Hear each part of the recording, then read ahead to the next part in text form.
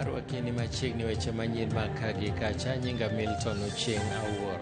Apisi mar jalup gavana ma Homa Bay koro oyangi ni thuolo tok mane en jalup gavana Oyugi Magwanga Gweta odhiambo manyoro.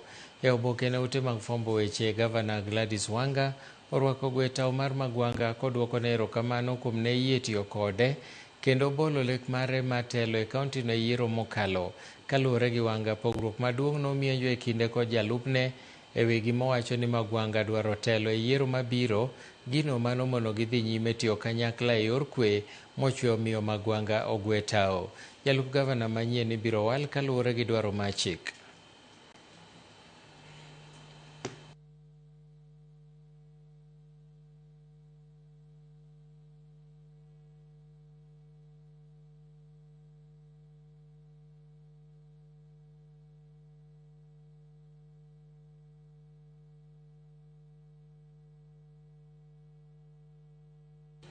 Toby